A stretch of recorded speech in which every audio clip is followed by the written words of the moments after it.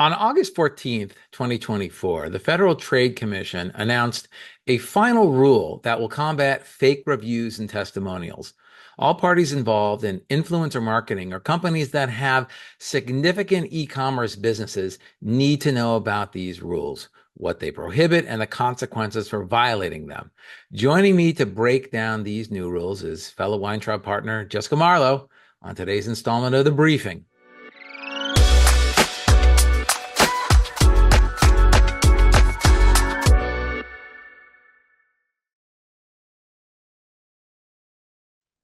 Jessica, welcome back to The Briefing. It's been a while. It has. Thank you for having me. Good to have you back. We're talking about one of your favorite topics, influencer marketing. Absolutely.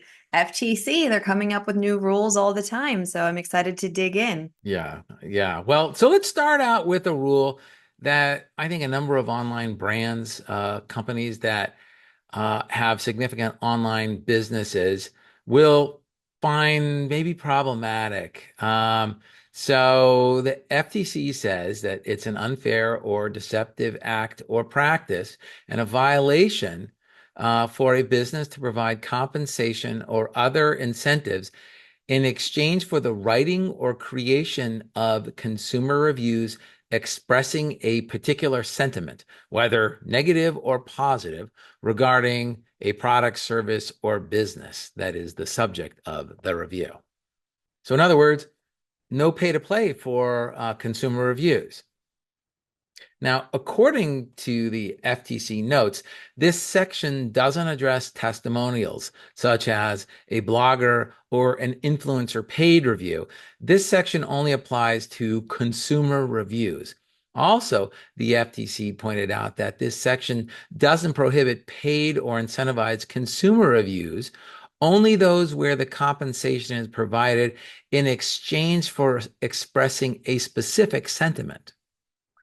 What about a campaign where a brand solicits positive feedback on a product in exchange for a discount on a future purchase? Something like, tell us how much you loved our product and we'll give you 10% off your next purchase.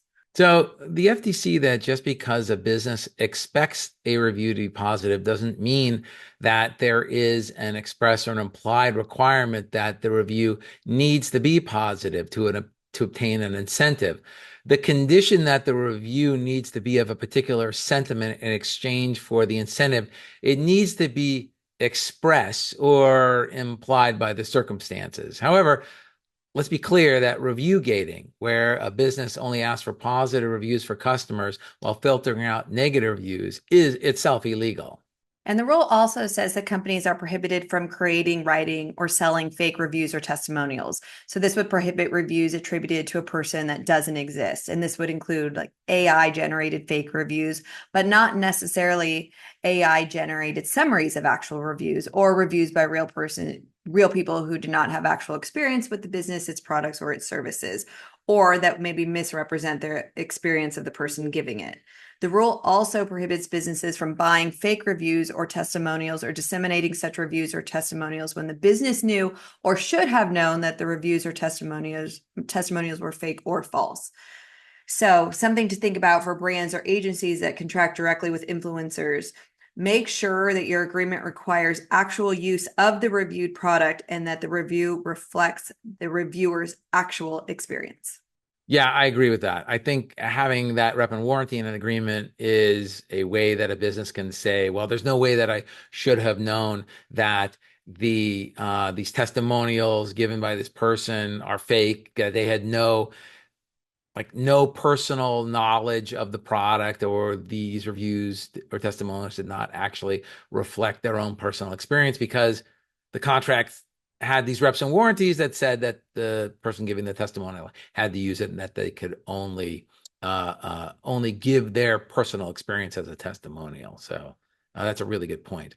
The prohibition on fake reviews also extends to company insiders or their relatives. So the rule prohibits procuring or disseminating a review from a company insider or their relative when that review is about the business or one of its products or services, when the business knew or should have known that the reviewer either materially misrepresented, either expressly or by implication, that the viewer exists. So one, it's a review by a fake person, or two, that the reviewer did not have actual experience with the business or its product or service, or that the review misrepresents that reviewer's actual experience. Right. And the prohibition does not apply to reviews or testimonials that resulted from a business making generalized solicitations to purchasers to post reviews or testimonials about their experience with the product or service or the business, or reviews that appear on a website or platform as a result of the business merely engaging in consumer review hosting. So we mentioned above that businesses can't create or sell fake testimonials, but the flip side of that coin is the rule also says that businesses cannot buy consumer reviews or disseminate reviews or testimonials that are fake, either that they're from a fake reviewer or that they materially misrepresent the reviewer's experience with the product or the service. And they also can't provide compensation or incentives for reviews expressing a particular sentiment. The rule also addresses insider reviews. The rule prohibits an officer or a manager of a business from writing or creating a consumer review or consumer testimonial about the business or one of its products or services unless there is a clear and conspicuous disclosure of the officer's or manager's material relationship to the business. If the relationship is otherwise clear to the audience, then in the case of consumer testimonials, this disclosure isn't necessary. Officers, managers, employees, or their relatives must disclose their relationship to the company when writing reviews, and companies must ensure that such disclosures are made when they know about these relationships as well. Yeah, it's quite frequent to see insiders provide some type of product review on TikTok or Instagram. And sometimes there's a disclosure about their relationship with the company and their employment status with the company. Other times there isn't. But companies take note if your head of social media marketing is also a generator of your TikTok or Instagram content, you need to make sure that you disclose the fact that this person is a company insider. There are some review websites that misrepresent their relationship to a business being reviewed. And these rules prohibit a business from materially misrepresenting, either expressly or by implication, that a website, organization, or entity that it controls, owns, or operates provides independent reviews or opinions, other than consumer reviews, about a category of business products or services, including the businesses or one or more of the products or services that it sells. And the rule also prohibits review suppression. So companies can't use unfounded legal threats, intimidation, or false accusations to prevent or remove reviews. And they also can't misrepresent the displayed reviews represent most or all of the submitted reviews if negative reviews are being suppressed. The rule also includes a prohibition against the use of fake social media influence indicators. Businesses are prohibited from selling, distributing, purchasing, or using fake indicators of social media influence, like number of followers, number of subscribers, likes, etc., for commercial purposes. So let's talk about the impact of this rule on companies and brands that have some sort of online focus. Sure. So the first is review management. So companies need to be extremely cautious about how they manage their online reviews. They can't artificially inflate positive reviews or suppress the negative ones. And how about transparency? There's an increased need for transparency, especially when employees or affiliates are the ones leaving those reviews. Right. And that ties into marketing practices. Social media marketing strategies need to be authentic, avoiding the use of fake followers, fake likes, or fake engagement metrics.